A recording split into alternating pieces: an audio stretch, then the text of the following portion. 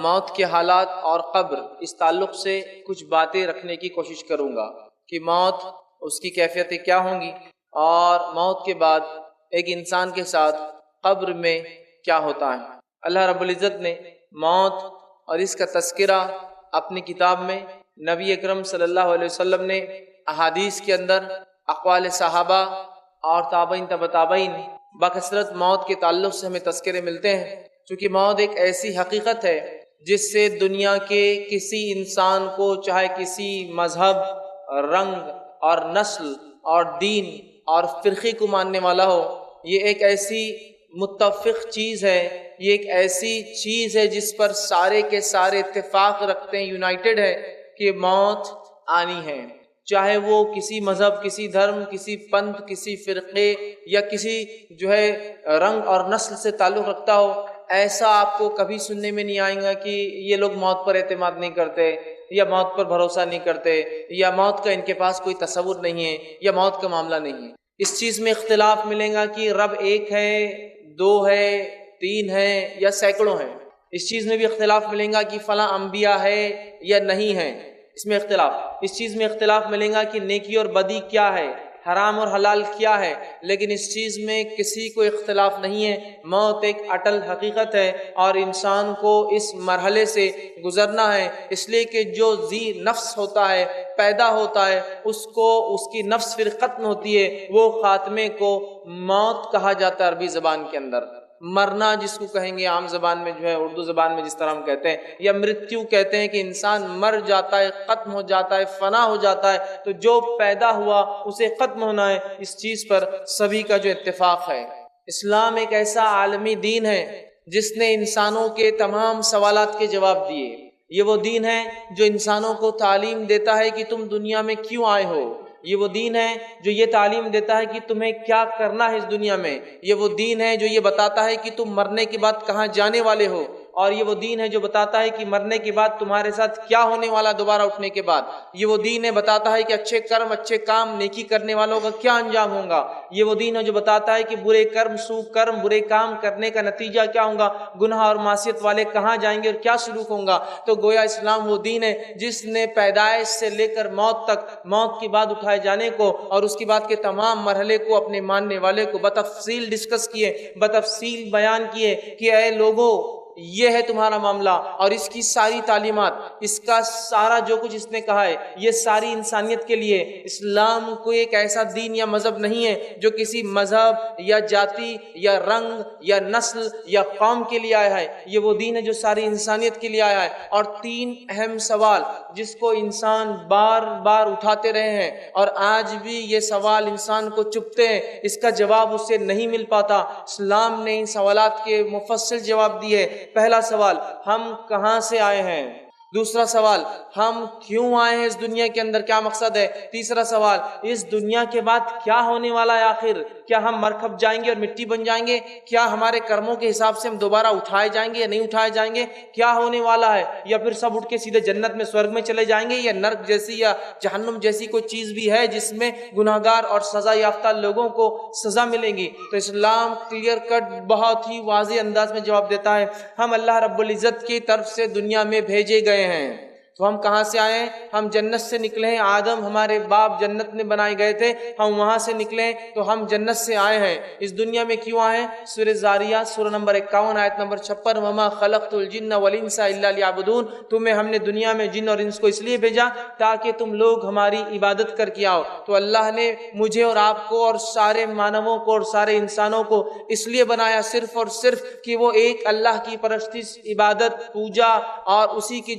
بات کو مانے اور اسی کے طریقے پر چلے، یہ دنیا میں آنے کا مقصد ہے۔ اور اس کے بعد کیا ہونے والا ہے، ہم کہاں جائیں گے؟ تو اسلام نے clear cut open guidelines دیے کہ تم مرنے والے ہو، اور یہ آنکھ بند ہونے کے بعد، یہ دنیا سے اٹھنے کے بعد تم ختم نہیں ہونے والے ہو انسانوں۔ اس کے بعد ایک لا تعداد اتنی لمبی زندگی جس کو ڈیفائن نہیں کیا سکتا، اس کو قرآن نے خلد کہا، ہمیشہ ہمیشہ ہمیشہ ہمیشہ چلنے والی ایک زندگی جس کا ایک ایک دن، ایک دیوس 50,000 سال سے زیادہ کا ہونے والا ہے۔ تو ویسی زندگی میں ہر انسان کو قدم رکھنا ہے، اس کے اعمال کے اعتبار سے وہ 50,000 سال کے ایک ایک دن میں فائدہ مزے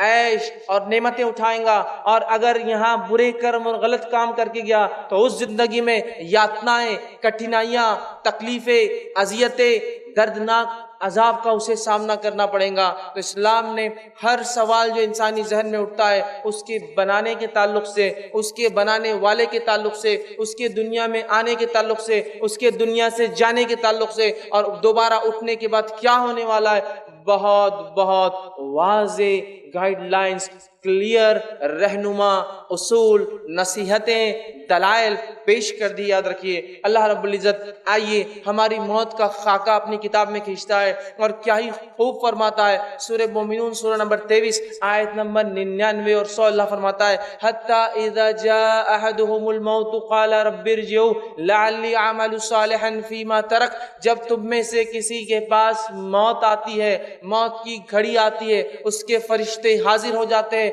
چاہے وہ موت اپنے بستر پر آئے، چاہے وہ موت انسان کو کھڑے سے آئے، چاہے وہ موت ڈوب کر یا جل کر آئے، چاہے وہ موت کسی چیز میں دب کر یا ایکسیڈنٹ کے ذریعے آئے، چاہے وہ موت قتل کے ذریعے آئے، چاہے انسان خودکشی کر کے اپنے آپ کو قتل کر لے، موت کے فرشتے جب آتے ہیں گناہگار،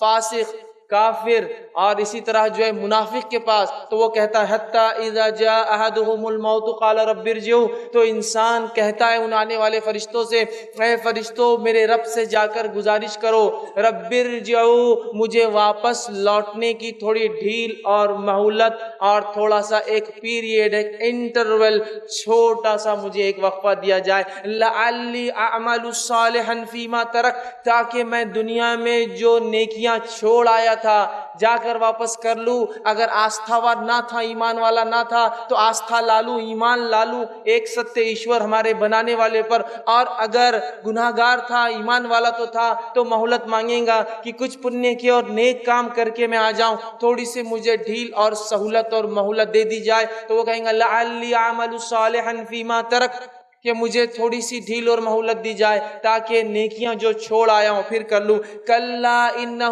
کلمۃ هو قائلها، رب العزت کی طرف سے وہ فرشتے جواب لے کر آتے ہیں، اے اللہ تیرا بندہ ایک مہلت مانگتا ہے، ڈھیل مانگتا ہے، چھوٹ مانگتا ہے، کیا کیا جائے؟ اللہ جواب دیتا ہے کلا، ہرگز ایسا نہیں ہوگا، انہ کلمۃ هو قائلها، تو دنیا میں عادی تھا اس بات کا، اگلی بار اگلی بار اگلی بار، ایک اور چانس، ایک اور مہلت، ایک اور بار مجھے جو موقع دیا جائے۔ کلا انہ کلمۃ هو قائلها، دنیا میں تو عادی تھا صرف یہ بولنے کا کہ ایک اور چانس اور مہلت دیا جائے، اور اللہ فرماتا ہے یہ دوبارہ اب بالکل نہیں پلٹیں گے، نہیں جائیں گے الی یوم یبعثون، دوبارہ اٹھائے جائیں گے، وَمِن وَرَائِهِم بَرْزَخٌ الی یوم یبعثون، اور ان کے اور اس دنیا کے بیچ میں ایک آڑ ہے، ایک برزخ ہے، ایک پردہ ہے، ایک ایسی آڑ نہ جو کسی سے ایک دوسرے سے مل سکتا ہے، نہ آ سکتا ہے، نہ وہاں سے کہیں جا سکتا ہے، نہ آپس میں وہ ارواح و روحیں ایک دوسرے سے مل سکتی ہے، یہ الی یوم یبعثون، وہ آڑ وہ برزخ دوبارہ اٹھائے جانے تک ہے۔ تو اس سے پہلے کہ کسی کی موت آئے اور یہ ڈھیل،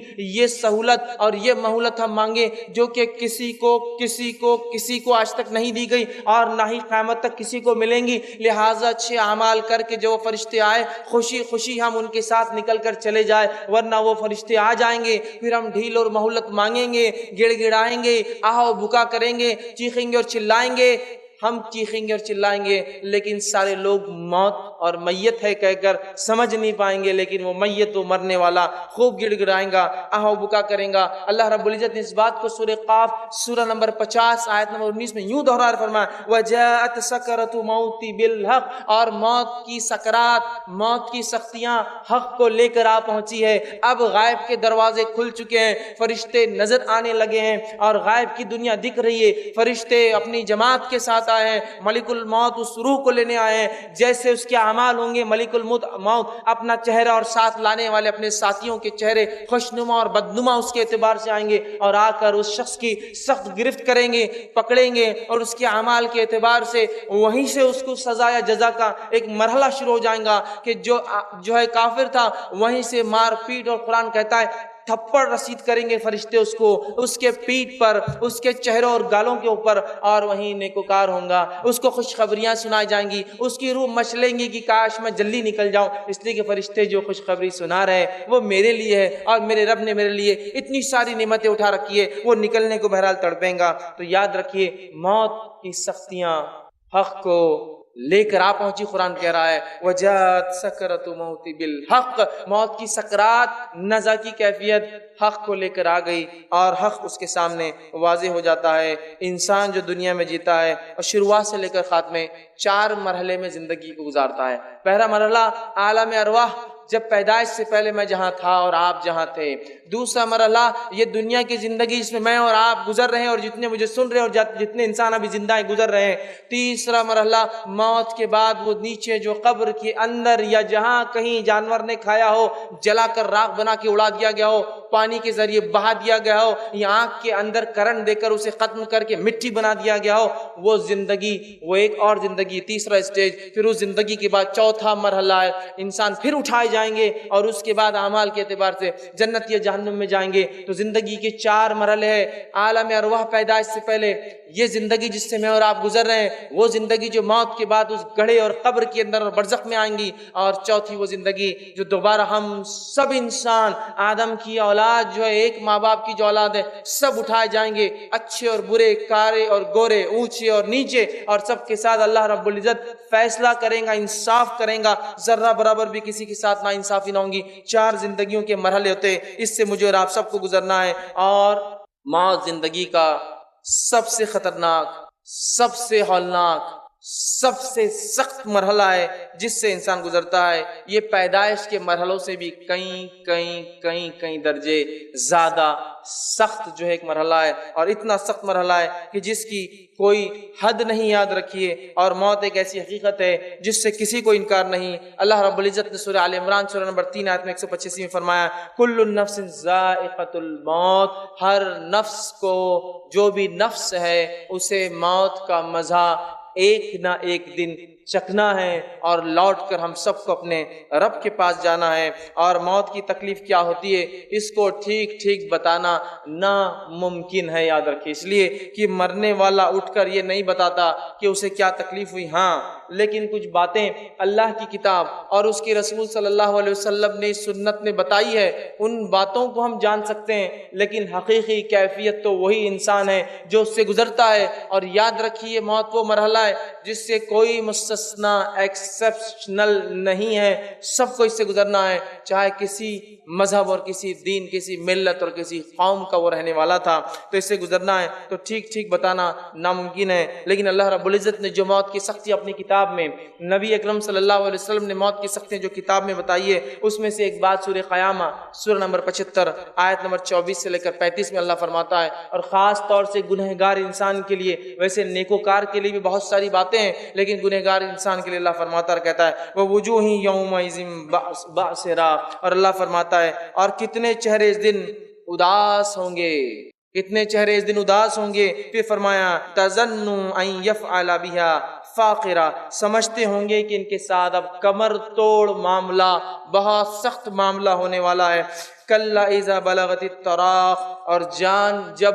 حلق میں آ کر پھنستی ہے، اور ہر مرنے والا جب مرتا ہے تو اس کی آخری آواز جو نکلتی حلق سے، تو جان تب اس کے منہ کے ذریعے نکل کر چلی جاتی ہے۔ آپ سب فرماتے تب اس کی نگاہیں اس نکلتی ہوئی جان کو اپنے دیکھتی ہے، اسی لیے فرمایا جب کوئی مر جائے تو آنکھیں بند کر دو، چونکہ اس کی نگاہ اس کی طرف بڑھتی ہے۔ تو پیروں سے نکلنا شروع ہوتی ہے انسان کی جان، اور وہ آخری آواز جو گلے سے نکلتی ہے اس کی تفصیلات ہے کَلَّا إِذَا بَلَغَتِ التَّرَاقِ، اور جان جب جانکنی گلے میں آ کے اٹک جاتی ہے۔ وَقِيلَ مَنْ راق، اور لوگ کہتے ہیں جو آس پاس بیٹھے ہیں، کیا کوئی ہے ڈاکٹر، کیا کوئی ہے طبیب، کیا کوئی ہے جھاڑ پھونک کرنے والا، کیا کوئی ہے جو اس کو اس کیفیت سے آج بچا سکتا ہے، لاؤ اسے بلاؤ۔ تو اللہ فرماتا ہے وَظَنَّ أَنَّهُ الْفِرَاقُ، اور آگے فرماتا اور کہتا ہے آدمی جان لیں گا کہ یہ اس کی جدائی کا وقت ہے، دنیا سے جانے کا وقت آ چکا۔ جیسا انسان دنیا میں آتا ہے تو ایک سمجھ کے بعد اسے یہ بات واضح ہو جاتی ہے کہ دنیا کی زندگی مجھے گزارنا ہے، لیکن موت ایک ایسی گھڑی ہے جب انسان جان لے گا کہ اس کا جانے کا وقت آ چکا ہے۔ اللہ نے فرمایا وَتَفَّتِ السَّاقُ بِالسَّاقِ، اور پنڈلیوں سے پنڈلیاں آدمی رگڑے گا۔ یہ وہ شدید تکلیف کا بیان ہے جو موت کے وقت ہر انسان کو برداشت کرنا پڑتی ہے، چاہے موت کسی بھی حالت میں آئے۔ اگر آپ نے کسی کی موت کو کبھی دیکھا ہو تو پنڈلیاں وہ خوب رگڑتا ہے، اس لیے کہ یہ بڑا تکلیف دہ مرحلہ ہوتا ہے۔ تو تو جب گلے تک جو آواز آ جاتی ہے اور لوگ چلاتے ہیں آس پاس والے، کوئی ہے آؤ دیکھو بلاؤ علاج کرو، اور جب پنڈلیوں سے پنڈلیاں رگڑتی ہیں، الی ربک یومئذ المساق، اور آج تیرے رب کی طرف چلنے کا وقت آ گیا۔ فرشتے بولتے اب کوئی فائدہ نہیں، کوئی طبیب، کوئی معالج، کوئی ڈاکٹر، کوئی جھاڑ پھونک، کچھ نہیں، اب تمہارے رب کے پاس لوٹنے کا تمہارا وقت ہے۔ فلا صدق ولا صلی، نہ تو نے دنیا میں صدقات کی نہ نماز قائم کی، ولکن کذب وتولی، یہ گناہگار انسان کے تعلق سے بات ہو رہی ہے، اور تو نے نہ صدقات دیا نہ نماز قائم کی، ولکن کذب وتولی، اور تیرے سامنے انبیاء نے آ کر باتیں رکھی، تیرے سامنے آ کر اس کے صحابہ نے، تابعین اور نیک لوگوں نے باتیں سنائی، واعظ اور نصیحت کی، لیکن تو نے کیا کیا؟ وَلَكِنْ كَذَّبَ وَتَوَلَّى، سب کو جھٹلا کر منہ پھیر کے تکبر کے ساتھ چلنے لگا، دیکھا جائے گا جب موت آئیں گی تو دیکھا جائے گا کیا ہوگا۔ تو اللہ نے فرمایا وَلَكِنْ كَذَّبَ وَتَوَلَّى، تو پلٹ گیا، تو نے اپنا چہرہ پھیر لیا اور منہ پھیر کر چلا گیا۔ تو یاد رکھیے موت کب آئیں گی ہم نہیں جانتے، لیکن اس بات کو پلے باندھ لیجئے کہ زندگی کا کوئی بھروسہ نہیں ہے، موت کا بھروسہ ہے۔ لوگ کہتے ہیں موت کا کوئی بھروسہ نہیں ہے، زندگی کا ہے۔ میں کہتا ہوں زندگی کا کوئی بھروسہ نہیں ہے، کب ہاتھ چھوڑے اور نکل جائے۔ ہاں موت یقینی ہے، جیلے جتنا جینا ہے، 1000 سال، 10,000 سال، لاکھ سال، 10 لاکھ سال، لیکن الٹیمیٹلی تیرا ڈیسٹینیشن تجھے واپس آنا ہے۔ لیکن موت جو ہے حق ہے، یاد رکھیے۔ لوگ کہتے ہیں زندگی کا کیا بھروسہ، یاد رکھیے بات صحیح ہے، موت حقیقت ہے، زندگی کا نہیں، ورنہ لوگ کہتے ہیں موت کا کیا بھروسہ۔ موت کا بالکل بھائی بھروسہ ہے، جتنا بھی جی لو۔ عمرو بن عاص رضی اللہ عنہ کے تعلق سے آتا ہے، صحابی رسول ہے، ایک مرتبہ کہنے لگے مجھے لوگوں پر تعجب ہوتا ہے جب موت کا وقت قریب آتا ہے تو بیان کیوں نہیں کرتے کیفیتیں، کیا ہوتا ہے کیوں نہیں سمجھاتے ہیں۔ تو ایک مرتبہ جب ان کی موت کا وقت قریب آیا، عبداللہ رضی اللہ عنہما کو کسی نے کہا کہ عمرو بن عاص کی موت کا وقت قریب ہے، آپ جائیے۔ وہ پہنچے اور کہا عمرو تم کہا کرتے تھے کہ لوگ کیوں نہیں بتاتے موت کے وقت کیا ہوتا ہے ان کے ساتھ، اب تمہاری موت کا وقت قریب ہے، چلو تم ہی بتا دو، تم کہا کرتے تھے نا کہ کیا ہوگا، چلو بتا دو۔ تو عمرو بن عاص رضی اللہ عنہ صحابی رسول کے الفاظ سنی موت کے قریب، فرماتے اور کہتے ہیں مجھے ایسا لگتا ہے، میری کیفیت یہ ہے کہ آسمان زمین پر ٹوٹ پڑا ہے۔ آسمان زمین پر گرنے سے جو کیفیت ہوں گی تو میری تکلیف ایسی ہے جیسے آسمان زمین پر ٹوٹ پڑا ہے، میں اس کے بیچ میں زمین اور آسمان کے پس رہا ہوں، یہ میری تکلیف ہے۔ اور میری گردن پہ لگتا ہے کسی نے پہاڑ رکھ دیا ہے، اس شدید تکلیف میری گردن میں پہاڑ رکھا ہوا ہے۔ اور جو ہے میرے پیٹ میں لگتا ہے کسی نے کھجور کے کانٹے بھر دیے جو بہت لمبے اور سخت ہوتے ہیں، اور ایسا لگتا ہے میری سانس سوئی کے ناکے، سوئی کا سوراخ ہوتا ہے نا، ایسا لگتا ہے سانس لینے میں اتنی شدید تکلیف ہے جیسا سوئی کے ناکے سے ہوا آ رہی ہے اور جا رہی ہے۔ شداد بن اوس رضی اللہ عنہ یہ ایک صحابی رسول تھے، یہ موت کی کیفیت کو فرمایا کرتے تھے اور کہتے تھے کہ موت کا لمحہ دنیا اور آخرت کی تمام ہولناکیوں سے زیادہ خطرناک ہے، موت کا لمحہ دنیا اور آخرت کی تمام ہولناکیوں سے زیادہ خطرناک ہے۔ اور فرمایا کرتے تھے کہ اس کی ہولناکی ایسی ہے کہ یہ آروں کے چیرنے سے زیادہ سخت ہے۔ کسی زندہ انسان کو آرے سے چیرے اور اس کو موت نہ آئے تو کیسی تکلیف ہوں گی، تو وہ کہتے ہیں آروں سے چیرنے سے زیادہ سخت ہے، اذیت ناک ہے، اور قینچیوں سے کاٹنے سے زیادہ سخت ہے کہ زندہ انسان کو قینچی سے کوئی کاٹ دے اور اگر موت نہ آئے تو کیسی تکلیف ہوں گی، تو قینچیوں سے کاٹنے سے زیادہ سخت ہے، ہڈیوں کے ابالنے سے زیادہ سخت ہے۔ مطلب اتنی تکلیف جس میں ہوتی ہے ایسے ہڈیوں کو زندہ انسان کو ابالا جا رہا ہے۔ آگے کہتے ہیں اگر مردہ اٹھ کر موت کی سختیاں بیان کر دے تو تم لوگ نیند اور چین چھوڑ دو گے اور آرام نہیں کرو گے، صرف اچھے اعمال میں لگ جاؤ گے تاکہ آخرت بن جائے۔ اسی طرح ہم دیکھتے ہیں خود نبی اکرم صلی اللہ علیہ وسلم جب آپ کی وفات کا وقت قریب آیا،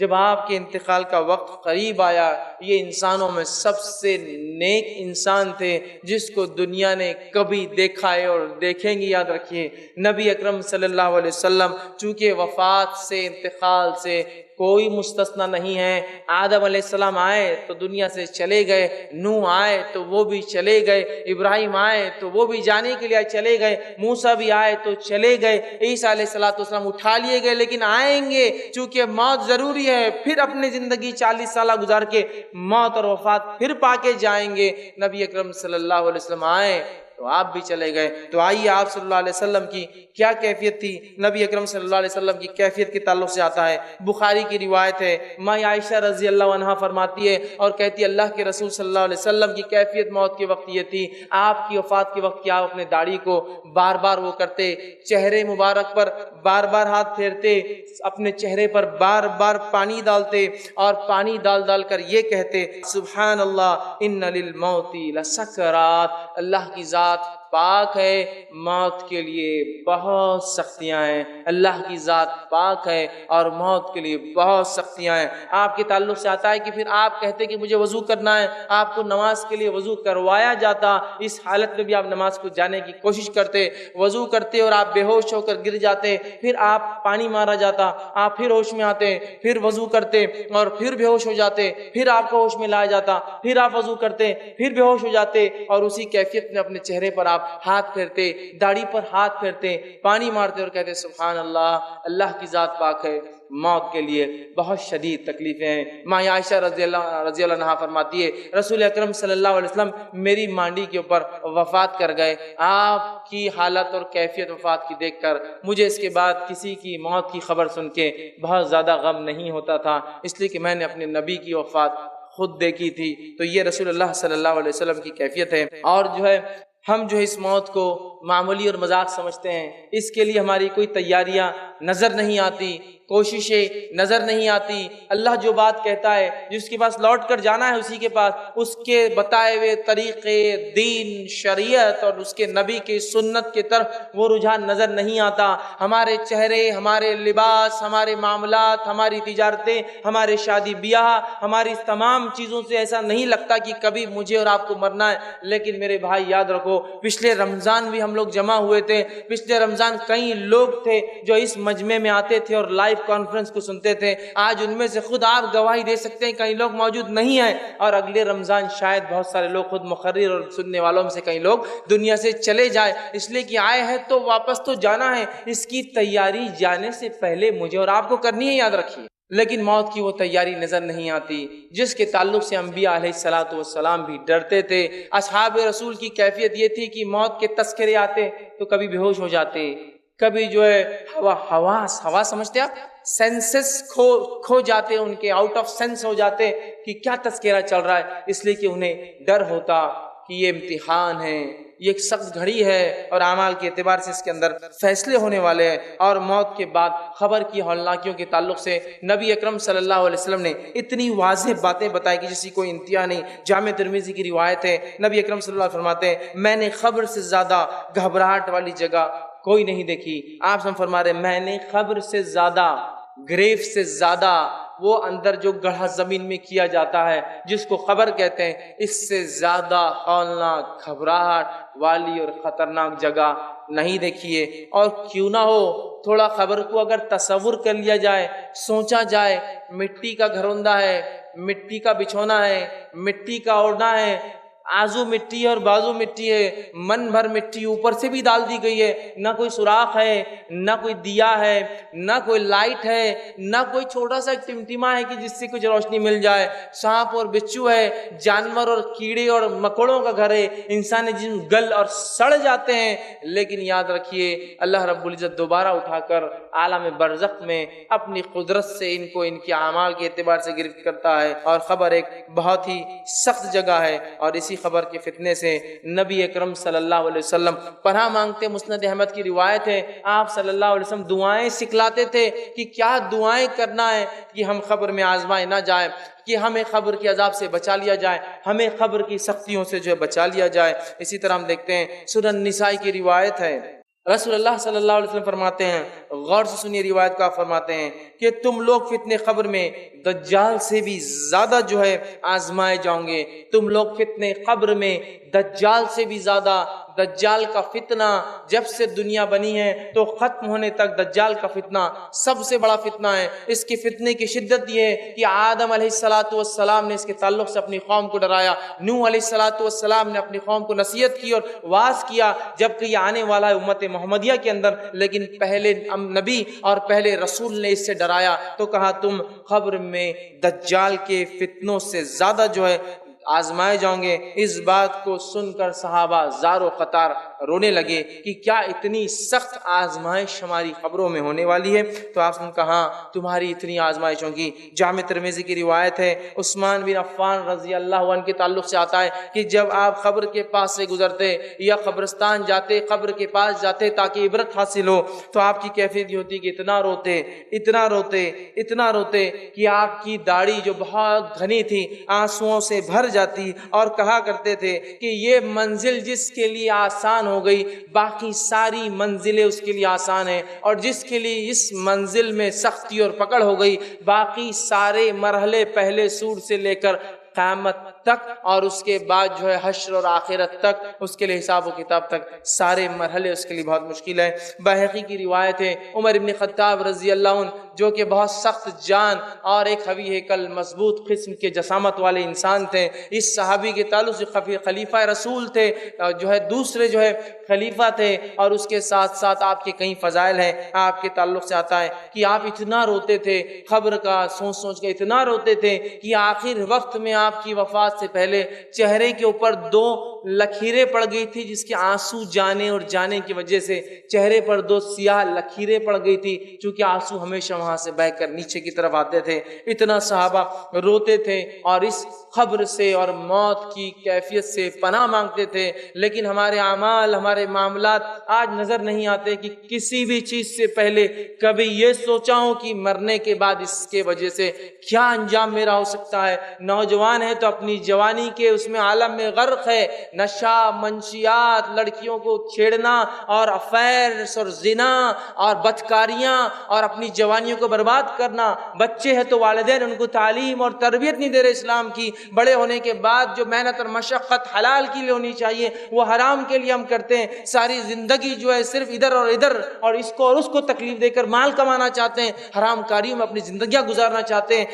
حلال کو حلال نہیں سمجھتے، اس کو حرام کر لیتے ہیں، حرام کو حرام نہیں سمجھتے، اپنے نفسوں پر ہر چیز کو حلال کر رکھا ہے۔ پھر تصور اور سوچ بھی یہ کہ اللہ موت اچھی دے، کیسے کسی کو اچھی موت مل سکتی ہے جب یہ اتنے بڑے بڑے انبیاء اور اتنے بڑے بڑے شہداء، اتنے بڑے بڑے صلحاء اور اتنے بڑے بڑے صحابہ کا یہ حال ہے کہ یہ اپنی اموات، اپنی موت سے ڈرتے تھے اور اللہ سے گڑ گڑا رہے ہیں، دعائیں مانگ رہے ہیں۔ پھر ہم کس طرح سے بے باکی سے گناہ کر کے یہ سوچ سکتے ہیں کہ اللہ رب العزت ہمیں آخرت میں اچھی جو ہے زندگی دیں گا اور اچھی موت نصیب کرے گا؟ اچھی موت کے لیے اچھے اعمال کرنے پڑتے ہیں، اس کے بعد اللہ کا فضل اور پھر رحم ہوتا ہے انسان۔ تو اچھی موت، اچھی محشر کی زندگی، اچھا حساب اور کتاب،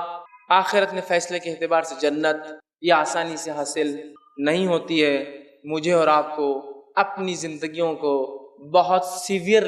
سیریسلی، ڈراسٹیکلی، جلدی، شدت کے ساتھ اور بہت رفتار سے بدلنا ہے، اس لیے کہ آپ بھی نہیں جانتے اور میں بھی نہیں جانتا ہوں کہ میں کب دنیا سے چلا جاؤں گا اور آپ کب چلے جائیں گے۔ اگر وقفہ دیا گیا ہوتا کہ 60 سال، 65 سال، 70 سال، تو شاید پھر کچھ تیاری کر لیتے کہ موت سے پہلے تیاری ہو جائے۔ ہم نہیں جانتے میرے بھائی، اور لوگ کہتے ہیں نوجوان تو ہے، آخر وقت میں انشاءاللہ العزیز نیک عمل کریں گے۔ میرے بھائی، بوڑھوں کے مقابلے نوجوانوں کو تو جلدی مرتے ہوئے دیکھا ہے، میں نے جلدی مرتے ہوئے دیکھا ہے۔ تو کیوں یہ چکر میں ہے کہ نہیں ابھی تو جوانی ہے؟ ماں باپ کیوں یہ چکر میں ہے کہ بچہ بھی جوان ہے، دین پہ عمل مت کراؤ؟ اس لیے کہ بعد میں کریں گے نا، زندگی پڑی ہے۔ اللہ تعالیٰ کو ریٹائرمنٹ کی بات کی عبادتیں پسند نہیں ہے، یاد رکھیے۔ اللہ کو وہ جوانی کا پرائم ٹائم چاہیے، آپ کا اور میرا۔ اللہ کو جس چیز کے لیے حکومت کہہ رہی ہے تم بیکار ہو، ہمارے لیے چلے جاؤ، وہ چیز اللہ کے لیے دینا چاہتے ہیں کہ جب زندگی بھر تو رشوت خوری، لوٹ مار، کھسوٹ سب کر لیں گے اور 58 اور 60 سال کے بعد ریٹائرمنٹ لے کر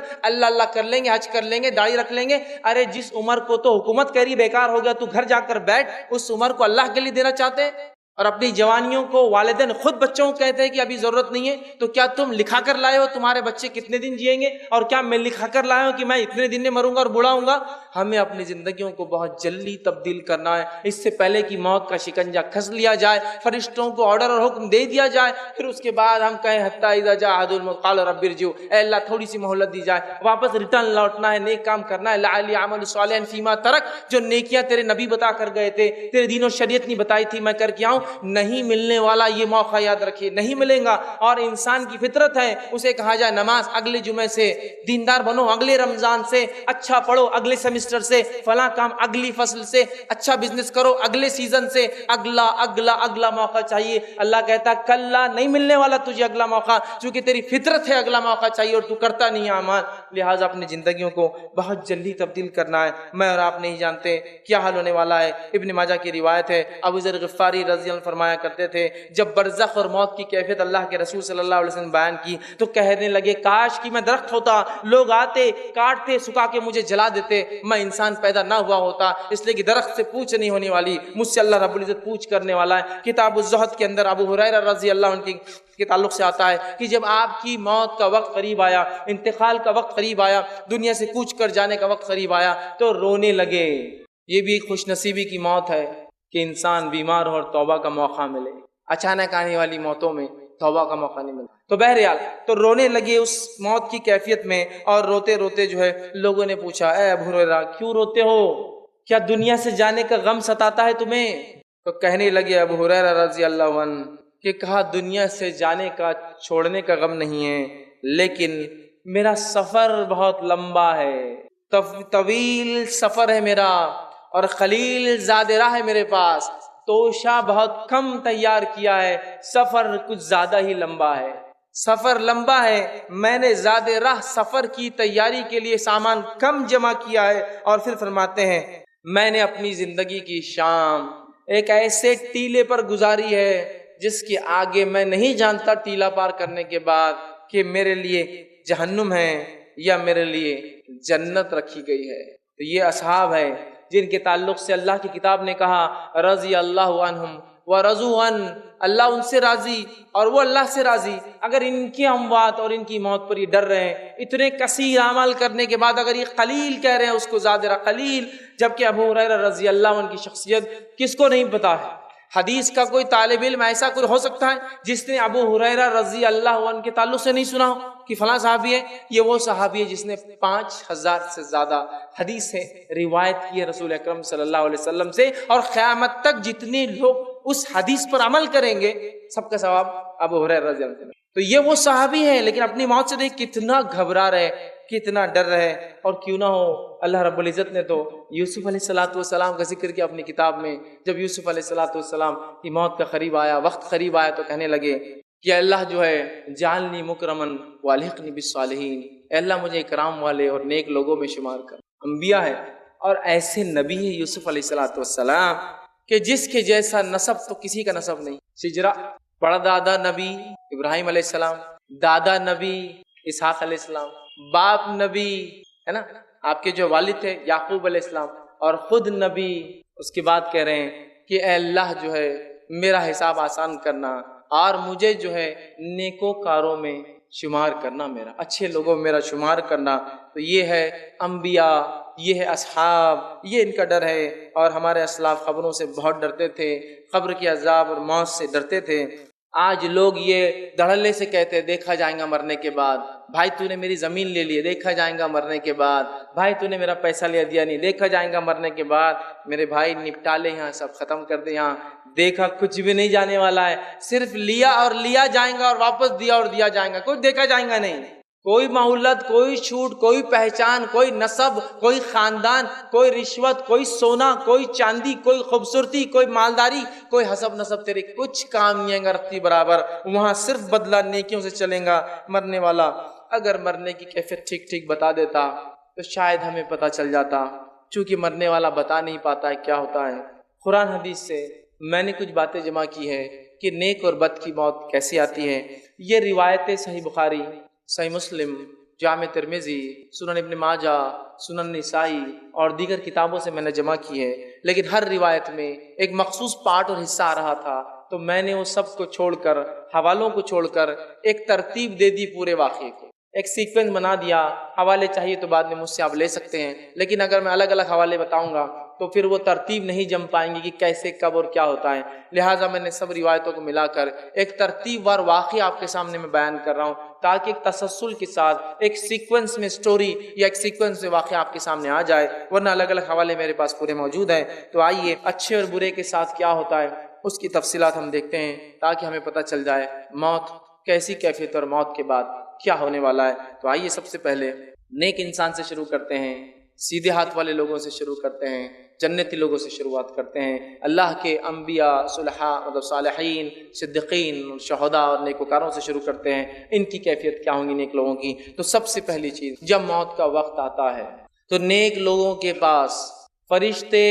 سورج جیسی روشن شکلیں لے کر آتے ہیں، کبھی ایک، کبھی دو اور کبھی اس سے زائد آتے ہیں، چمکدار روشن شکلیں لے کر آتے ہیں، خوشبودار جو ہے خوشبو کے ساتھ، اور جو اچھے اچھے چہروں والے فرشتے اس کے پاس آتے ہیں، اور اس کے لیے خوشبودار کفن کو ساتھ لاتے ہیں جو ریشم کا بنا ہوا ہوتا ہے، اور وہ کفن خوشبودار کفن لے کر آتے ہیں، اور آنے کے بعد ملک الموت اور دیگر فرشتے اس شخص کو سلام کرتے ہیں، اس کو دعا دیتے ہیں، اور یہی پہلا مرحلہ ہے، وہ سمجھ جاتا ہے کہ میرے لیے رائٹ چیز ہونے والی ہے، چونکہ سلام کیا گیا مجھے، تو سلام کرتے ہیں۔ اس لیے میں بار بار کہتا ہوں لوگوں سے، پہچان ہو تو ایسی ہو کہ فرشتے سلام کرے اور اس کا انتظار وہاں ہو۔ دنیا میں تو بہت پہچان لوگوں کی ہوتی ہے، یہ زیادہ کام نہیں آتی ہے، تو بہرحال اس کو سلام کرتے ہیں، اچھی اچھی شکلوں میں آتے ہیں، اور اس کو اچھے اچھے ناموں سے پکارتے ہیں، جن اچھے اچھے ناموں سے دنیا میں اسے پکارا جاتا تھا کہ فلاں بن فلاں، فلاں بن فلاں، پیارے پیارے جو اس کے اچھے نام، ایک انسان کہیں کے ناموں سے پکارا جاتا ہے، سارے اچھے اچھے ناموں سے اس کو پکاریں گے، اس کو آواز دیں گے، اور اس کو روح نکالنے سے پہلے ملک الموت بشارت دیں گے، اے نیک انسان، تیرے اعمال سے تیرا رب راضی ہوا اور تو جو ہے نکل جا، تیرے رب نے تیرے لیے جنت مقام طے کر دیا ہے۔ جو ہی وہ نیک انسان کی روح اس بات کو سنتی ہے کہ اس کے رب نے اس کے لیے جنت طے کر دی ہے، وہ مچلتی ہے، لپکتی ہے، اور فرشتوں سے کہتی ہے نکالو مجھے، جلدی باہر نکالو، اس لیے کہ میرے رب نے میرے لیے جنت اٹھا رکھی ہے، اور وہ تیزی کے ساتھ باہر نکلتی ہے، اور جب نکلتی ہے تو آپ صلی اللہ علیہ وسلم فرماتے ہیں اس آسانی سے نکل جاتی ہے جیسا ایک تھیلی میں پانی کو کھول دیا جائے، پانی گر جاتا ہے، اس طرح سے ایزیلی وہ جو ہے روح نکل جاتی ہے، اور نکلنے کے بعد فرشتے جو معطر خوشبودار کفن، دنیا میں تو ہم بہت خوشبو لگاتے ہیں نا، یہ خوشبو اصل ہے جو مرنے کے بعد ملے انسان کو، تو معطر ایک کفن جو ریشمی ہوتا ہے، ریشم کا بنا ہوا ہوتا ہے، لا کر اس کفن میں اس کو لپیٹ دیتے ہیں، لپیٹنے کے بعد اس کا استقبال اور ویلکم ہوتا ہے، اسے لے کر فرشتے پہلی آسمان کی طرف بڑھتے ہیں، پہلے آسمان پر جب وہ روح جاتی ہے اس کی خوشبو سے پہلے آسمان کے لوگ جان لیتے ہیں کوئی نیک روح آ رہی ہے، خوشبو بتا دیتی ہے، اور دروازہ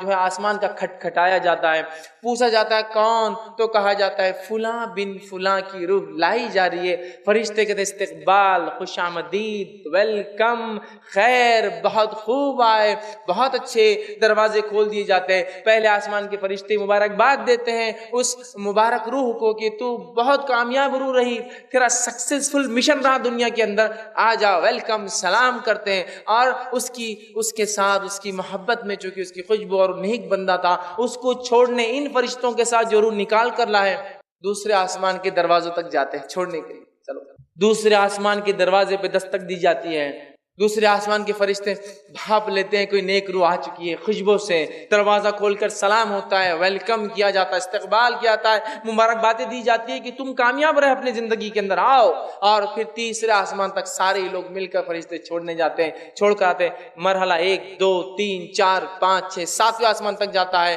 وہ پھر 7ویں آسمان پہ جانے کے بعد اللہ تعالیٰ آواز دیتا ہے اور کہتا ہے، حکم دیتا ہے اور کہتا ہے اسے لے جا کر میرے بندے کو وہیں ڈال دو، اس لیے کہ میں نے اسے مٹی سے پیدا کیا تھا اور دوبارہ اسی سے اٹھانے والا ہوں، اور اللہ فرماتا ہے اس کا نام علیین، نیک لوگوں کے رجسٹر میں لکھ دو، اس کا نام اچھے لوگوں کے کھاتے میں ڈال دیا جائے، اور علیین کے اندر نیکوکاروں کی ایک بک رجسٹر ہے، اس رجسٹر میں اس کا نام اندراج رجسٹر لکھ دیا جاتا ہے کہ نیک انسان ہے، روح پھر اسی مرحلوں سے لوٹ کر خوش آمدید سلامتیاں سن کر زمین پر آتی ہے، اور لانے کے بعد اسے قبر میں واپس اس کے جسم میں ڈال دیا جاتا ہے۔ نبی اکرم صلی اللہ علیہ وسلم فرماتے ہیں جب قبر میں روح کو واپس ڈال دیا جاتا ہے اور لوگ دفنا کے دور چلے جاتے ہیں تو اس کے بعد وہ آدمی جو مر چکا تھا یا مرا ہوا تھا وہ ان کی کھڑاؤں کی، چپل اور جوتے کی آوازوں کو سنتا ہے، چونکہ اس کا رب اسے سناتا ہے، وہ سنتا ہے، یاد رکھیے ان آوازوں کو، اور لوگ وہاں سے چلے جاتے ہیں. اور یہی نیک انسان جب اس کو جنازے پہ لوگ لے جاتے ہیں تو لوگوں سے کہتا ہے جو جنازہ اٹھائے ہوئے، ارے جلدی چلو، اتنے سست رفتار سے کیوں چل رہے ہو، لے کے جاؤ، اس لیے کہ میرے انجام کی خوشخبری سنا دی گئی ہے، مجھے لے کے جاؤ اسپیڈیلی، مجھے ڈالو لے جا کے قبر میں. اور جب قبر میں اسے ڈال دیا جاتا ہے، جسم اس کے روح میں ڈال دی جاتی ہے، اطمینان کے ساتھ اٹھ کر بیٹھ جاتا ہے. اب وہ دو لوگ آتے ہیں جو اللہ کی طرف سے اپوائنٹڈ ہے، جو آ کر سوال کرتے ہیں، دو فرشتے، ایک منکر دوسرا نکیر. نبی اکرم صلی اللہ علیہ وسلم فرماتے ہیں منکر اور نکیر کی کیفیت یہ ہے، کالا اور سیاہ چہرہ ہے دونوں کا، اسی کے ساتھ ساتھ موٹی موٹی لال لال آنکھیں ہوں گی، اور بیل کے سینگوں سے زیادہ بڑے بڑے دانت ہوں گے، اور جب آئیں گے تو زمین کو پھاڑتے ہوئے آئیں گے، سیدھے نازل نہیں ہوں گے، زمین کو کاٹتے ہوئے اپنے دانتوں سے چیرتے ہوئے آئیں گے قبر میں، اور آواز بجلی سے زیادہ تیز گرجدار آواز میں بات کرتے ہوں گے. اور آ کر جو ہے اس روح سے جو نیک تھی، چاہے بد ہو یا نیک ہو، ان کا رویہ دونوں کے ساتھ سخت ہوتا ہے، آ کر بجلی جیسی کڑکتی ہوئی آواز میں پوچھتے ہیں من رب کا، تیرا رب کون تھا. دوسرا سوال کرتے ہیں من نبی کا، تیرا نبی کون تھا. تیسرا سوال کرتے ہیں ما دینو کا، تیرا دین کیا تھا. تین سوال کریں گے. سوال دکھنے میں بہت چھوٹے ہیں، جواب بھی معلوم ہے، اللہ، محمد صلی اللہ علیہ وسلم، اسلام. لیکن کیا آپ کو لگتا ہے یہ تین اتنے آسان جواب منہ سے یوں ہی نکل جائیں گے؟ نہیں نکلیں گے بھائی. کیوں نہیں نکلیں گے؟ برے آدمی کا جب لوں گا تفصیلات ڈسکس کریں تو وہ جواب دیں گا اطمینان کے ساتھ. سوالات کے مرحلے میں دکھائی دیں گا سورج ڈوبتے ہوئے نیک انسان کو، سورج غروب ہوتے ہوئے دکھایا جائے گا. یہ سب غائب کی بات ہو رہی ہے. تو وہ کہیں گا فرشتوں سے فرشتوں ان کے نکیر رک جاؤ، عصر کی نماز کا وقت ختم ہو رہا ہے، مجھے پڑھنے دو. تو منکر نکیر کہیں گے خبر نماز کی جگہ نہیں. پھر اسے یاد آئے گا میں تو مر چکا ہوں، لیکن وہ زندگی میں عادی تھا نا نمازوں کا، تو اس لیے اس کو خبر میں بھی نماز یاد رہیں گے. فرشتے کہیں گے یہ خبر ہے، یہ دنیا نہیں ہے، اس میں اعمال نہیں ہے. تب وہ کہیں گے کنٹینیو کرو اگلے کوشچنز تمہارے. اور فرشتے تین سوالات کریں گے. تین سوالات کرنے کے بعد فرشتے اسے کہیں گے آرام سے لیٹ جاؤ، آرام سے لیٹ جاؤ. جواب دے دیا. اور پھر ایک کھڑکی کھولی جائیں گی اور اسے جہنم دکھائی جائیں گی، اور فرشتے کہیں گے یہ وہ چیز تھی جس سے تیرے رب نے تجھے بچا لیا. وہ شکر ادا کریں گا اپنے رب کا. اور پھر ایک کھڑکی اور کھولی جائیں گی جس میں اس کو جنت میں اس کا مقام دکھایا جائے گا. وہ کہیں گا اللہ قیامت جلدی قائم کر تاکہ اس مقام پہ پہنچ جاؤ. اور فرشتوں سے کہیں گے فرشتوں ایک گزارش ہے، جا کر اللہ سے ایک مہلت مانگو، مجھے موقع دے، جا کے رشتہ داروں میں جا کر بولوں کہ مجھے کیا فائدہ ہوا ہے دنیا میں نیکیاں کرنے کا. فرشتے کہیں گے یہ چیز نہیں مل سکتی. جنت کا ایک لباس پہنایا جائے گا، جنت کا ایک بستر ڈالا جائے گا، جنت میں سے ایک کھڑکی کھول دی جائیں گے جس میں سے تازی ہوا جنت کی آئیں گی، اور کہا جائے گا سو جاؤ. اور اسے ایک نئی نویلی دلہن کی طرح لٹا کر، جنتی لباس پہنا کر، جنتی بستر پر ڈال کر، جنت کی کھڑکی کھول کر ہوا لیتے ہوئے سو جائیں گا. اب یہ روز قیامت ہی اٹھنے والا ہے. اس کے بعد جب وہ لیٹ جائیں گا اپنی خبر میں تو ایک شخص وہاں آئیں گا، اور وہ شخص بہت ہی انتہائی خوبصورت چہرے والا ہوں گا، اور آ کر سلام کریں گا. یہ پوچھیں گا تم کون ہو تم جو خبر میں آ گئے؟ وہ کہیں گا میں تیرے نیک اعمال ہوں، میں تیرے نیک اعمال ہوں جس کا بدلہ تجھے ابھی سے مل رہا ہے. جنت کا لباس، جنت کا بستر، کھڑکی کھلی ہے، اور اس کی نظر جہاں تک جاتی ہے اس کی خبر کو ایکسپانڈ پھیلا دیا جائے گا. ایک روایت میں 70 ہاتھ، ایک روایت کے اندر 35 ہاتھ، ایک روایت میں جہاں تک اس کی ویژن ہوں گا، آنکھیں جائیں گی، نظریں، خبر وسیع کر دی جائیں گی، اور نیک اعمال آ کر اس کو خوشخبری دیں گے میں تھا تیرا وہ ساتھی جس کو تو نے بہت محبت کری، اپنے سے نزدیک رکھا اچھے اعمال کو، آج تجھے بدلہ یہ ہے اس کے بدلے کہ تو جو ہے جنت کے فائدے اٹھا رہا ہے. اور اسے کہا جائے گا سو جاؤ، اور وہ آنکھیں بند کر کے اطمینان کے ساتھ اب دوبارہ اٹھائے پہلے سور تک سو جائیں گا آرام سے، نرم اور نازک. دوسرا وہ شخص جو کفر کی حالت پر، شرک کی حالت پر، نفاق کی حالت پر، کبائر کے ارتکاب کی حالت پر، یا جو ہے گناہ اور معصیتوں کے اندر اپنی زندگی ڈبائے ہوئے تھا، اس کی موت کی کیفیت کیسی آتی ہے؟